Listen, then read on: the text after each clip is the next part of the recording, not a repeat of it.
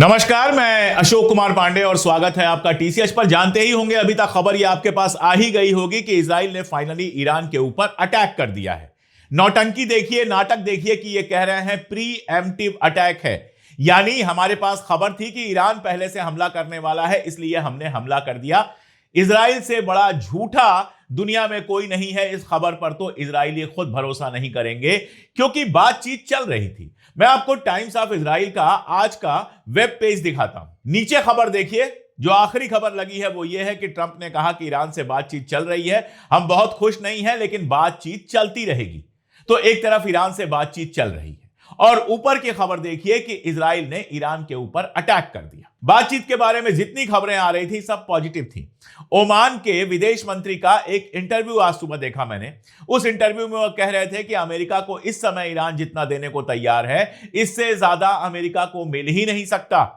वो 0% एनरिचमेंट के पास तक जाने के लिए तैयार है, कभी भी एटॉमिक बम ना बनाने का वादा करने के लिए तैयार है। जेडी वांस का बयान आया था, जो अमेरिका के उपराष्ट्रपति हैं, कि जंग की कोई जरूरत नहीं है। लेकिन इन सब के बीच आपको खबर मिलती है कि इजराइल ने अटैक कर दिया।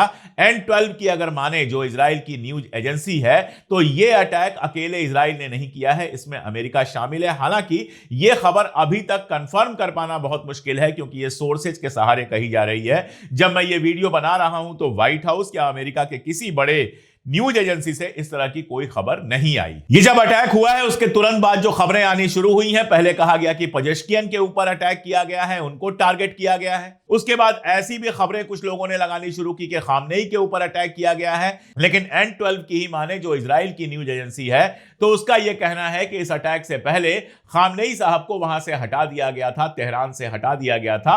वो किसी और जगह पर हैं। पजेश्कियन पर भी हमले की अभी फिलहाल कोई सूचना नहीं है। इजराइल यह दावा कर रहा है कि ईरान की जो बैलिस्टिक मिसाइल वगैरह के सेंटर्स हैं, उनके ऊपर वो हमला कर रहा है। जो हमारे पास वीडियोस आ रहे हैं, जो हमारे पास खबरें मिल रही हैं, या जिस तरह से अल जजीरा वगैरह इसको रिपोर्ट कर रहे हैं, ऐसा पता चल रहा है कि ओल्ड तेहरान का जो डाउनटाउन है, वहां पर हमला किया गया है। और यह हमला जो हुआ है वो ड्रोन का हमला है, मिसाइल का हमला है। इस हमले में कितना नुकसान हुआ है या नहीं हुआ है, इसकी जानकारी हमको अब तक नहीं है। ये तो है अपडेट। अब अगर देखें कि आगे क्या होगा, दरअसल अगर आप लोगों ने कल परसों के मेरे वीडियो देखे होंगे, जो मैं इस अटैक को ध्यान में रख के जो बातचीत चल रही थी उस पर लगातार ईरान पर अपडेट कर रहा था, तो मैंने आपसे कहा था कि एक मसला यह फंसा हुआ है कि अमेरिका चाहता है कि इजराइल पहले अटैक करे, और जब पलट के ईरान अटैक करे, और खास तौर पर यूएस की जो एजेंसीज हैं, अमेरिका के जो बेसेस हैं, उनके ऊपर जब हमला करे, तब जाकर अमेरिका इसमें शामिल हो, बोले कि हमने पहला हमला नहीं किया था। लेकिन इजराइल यह कह रहा था कि पहला ही हमला आपको साथ में करना पड़ेगा, हम लोग दोनों लोग साथ में मिलकर हमला करेंगे, क्योंकि इजराइल जानता है कि अगर एक हफ्ते भी ऐसी सिचुएशन हो गई कि अमेरिका इसमें शामिल नहीं हुआ, तो ईरान उसको बख्शने वाला नहीं है, अच्छा खासा नुकसान होगा। अमेरिका ने अपनी आर्मी पूरी जमाई हुई है, यह कोई बताने की जरूरत नहीं है। 2 जंगी जहाज ईरान के करीब लगे हुए हैं, 1 जंगी जहाज इजराइल के करीब हाइफा में लगा हुआ है, यूएसएस गेराल्ड। इसके अलावा दुनिया भर के जंगी जहाज, हवाई जहाज और ये और वो दुनिया भर की आर्मी अमेरिका ने वहां पर इकट्ठा की हुई है। और ये बात लगातार कही ही जा रही थी, हम कही रहे थे इस बात को कि अमेरिका के ऊपर भरोसा करना दुनिया की सबसे बड़ी बेवकूफी होगी। पिछली बार भी यही हो रहा था कि बातचीत अच्छी खासी चल रही थी और बातचीत के बीच में ही ईरान के ऊपर अटैक कर दिया गया। और इस बार भी वही है कि लगातार डिप्लोमेसी की बात कर रहे हो। ओमान के मीडिएशन में, ओमान मीडिएट कर रहा था, लगातार बातचीत चल रही थी। ओमान में बातचीत हुई, मस्कट में, उसके बाद जिनेवा में बातचीत हुई, अगले हफ्ते जिनेवा में फिर बातचीत होनी थी, और उसके बीच में ही ईरान के ऊपर हमला कर दिया गया। अब बड़ा सवाल यह बनता है कि ईरान को इसका अंदेशा था या नहीं था। अब मुझे लगता है कि अगर मुझे अंदेशा था, आपको अंदेशा था, दुनिया को अंदेशा था, तो ईरान को अंदेशा ना हो, यह तो हो ही नहीं सकता। ईरान लगातार यह बात कह रहा था कि हम जंग के लिए तैयार हैं। ईरान लगातार यह बात कहता रहा है कि हम डिप्लोमेसी चाहते हैं, लेकिन अगर हमारे ऊपर हमला होगा तो हम पलट के अटैक करेंगे। लिमिटेड अटैक जैसा कोई मामला नहीं होना है, यह बात पहले ही क्लियर हो चुकी है। अरागची कह चुके हैं, पजेश्कियन कह चुके हैं, खामनेई साहब कह चुके हैं कि अगर हमारे ऊपर एक भी बम गिरेगा तो यह जंग का ऐलान होगा। और यह भी कहा है उन्होंने कि इस बार जो जंग का ऐलान होगा वो एक रीजनल वार में तब्दील होगा। इसका मतलब क्या लगाया जाए? इसका मतलब यह लगाया जाए कि अगले कुछ दिनों में यह जंग पूरे मिडिल ईस्ट में फैलने वाली है। इजराइल के समझ में आ रहा था कि चारों तरफ से प्रेशर है, अमेरिका शायद हमला ना करे, इसलिए अमेरिका के ऊपर प्रेशर बनाया गया। यह हो ही नहीं सकता है कि अमेरिका को बिना बताए हमला किया गया। अगर अमेरिका सीधे इसमें शामिल नहीं भी है तो अमेरिका को यह पता है। आज वहां मार्को रूबियो आने वाले थे, मेरे ख्याल से अभी तक तो नहीं आए हैं, आगे आते हैं नहीं आते हैं यह देखने वाली बात होगी। तो अमेरिका को बिना बताए यह हमला तो नहीं हुआ होगा। या ट्रंप इतनी बुरी तरह से इजराइल के शिकंजे में फंसे हुए हैं कि बिना बताए हमला करने की हिम्मत कर ली इजराइल ने, और वो जानता है कि अमेरिका आखिरकार हमारे साथ आएगा ही। तो अब अगले दिनों में कुछ क्या एक्सपेक्ट किया जाए? पहली बात तो यह कि ईरान अपने तरीके से हमला देगा। यह हो ही नहीं सकता है कि अगले 24 घंटों में ईरान की तरफ से कोई अटैक ना हो। अब ईरान की तरफ से यह अटैक सिर्फ इजराइल पर होता है या अमेरिकन बेसिस पे होता है, यह देखने वाली बात होगी।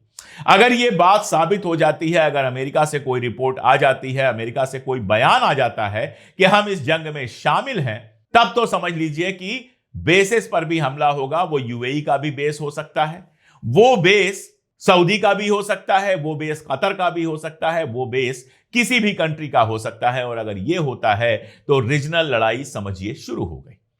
और अगर ईरान अभी फिलहाल इजराइल के ऊपर ही अटैक जारी रखता है तो देखने वाली बात यह होगी कि अमेरिका सीधे सीधे इस जंग में कितने दिन बाद शामिल होता है। जब गए थे नरेंद्र मोदी तभी हम लोग ये बात कह रहे थे, बहुत सारे लोग ये बात कह रहे थे कि नरेंद्र मोदी के लौटने के तुरंत बाद जंग शुरू हो सकती है, और तकरीबन वही हुआ। नरेंद्र मोदी कल लौट के आए हैं और आज जंग शुरू हो गई है। अब इंडिया के लिहाज से कहें तो मुझे लगता है कि डिप्लोमेसी का इससे बड़ा फेल्योर नहीं हो सकता कि अगले दिन जंग शुरू होने वाली थी और आप एक दिन पहले जाकर एक कंट्री के साथ खड़े हो गए। उसका जो होगा वो तो होगा, उस पर बहुत बात मैं कर चुका हूं, आगे भी कभी कर लेंगे। लेकिन अभी सीधी सी बात है कि दुनिया खतरे में है। अगर यह जंग तेज होती है तो ईरान अपनी पूरी ताकत लगाएगा, इसमें कोई दो राय नहीं है।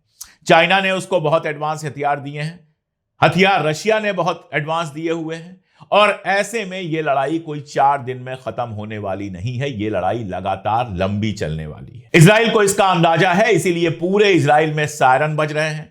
आईडीएफ हो या इजराइल एयरफोर्स हो, सबने बाकायदा ट्वीट किए हैं कि मैक्सिमम अलर्ट पे रखा गया है, मैक्सिमम इमरजेंसी की घोषणा कर दी गई है।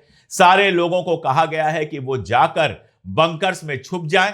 स्कूल बंद कर दिए गए हैं, ऑफिसेज बंद कर दिए गए हैं, और इजराइल इंतजार कर रहा है ईरान के अटैक का। इजराइल को इतना तो पता ही है कि अटैक अगर होगा तो बदले में अटैक मिलेगा भी।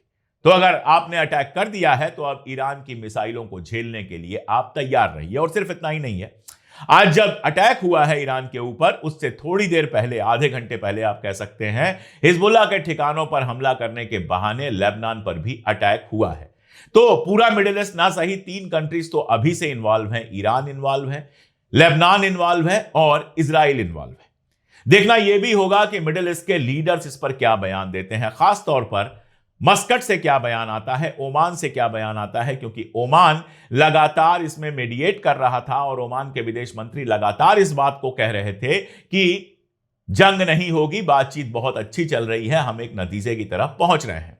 अब देखिए, अरब वर्ल्ड का बहुत क्लियर है कि दिल में कितना भी दर्द होगा, यही उम्मीद की जा सकती है कि कोई ईरान के साथ खड़ा नहीं होगा, क्योंकि अंदर से वो कितना भी चिढ़े इजराइल से, अंदर से कितनी भी गालियां दे रहे हो ट्रंप को कि देखो मिडिल ईस्ट में अच्छा खासा सब चल रहा था, सब इस आदमी ने बर्बाद कर दिया, लेकिन डर ऐसा है, लालच ऐसी है कि जाके ट्रंप की गोद में ही बैठेंगे। इंटरनेशनली क्या होता है, रशिया इस पे क्या कदम उठाता है, चाइना क्या कदम उठाता है, ये सब देखने वाली बातें होंगी। एक संभावना यह भी हो सकती है कि इसके बाद भी किसी तरह से फुल फ्लेज जंग में जाने से ईरान, इजराइल और अमेरिका को रोका जाए। हालांकि दुनिया में अभी ऐसी कोई पावरफुल ताकत दिख नहीं रही मुझे जो इस काम को अंजाम दे सके। इस काम को अंजाम अरब वर्ल्ड दे सकता है, लेकिन अरब वर्ल्ड इसमें कितना साथ देगा ये देखने वाली बात होगी। तो कुल मिलाजुला कर ये कि दुनिया के लिए खतरे की घंटी बज चुकी है।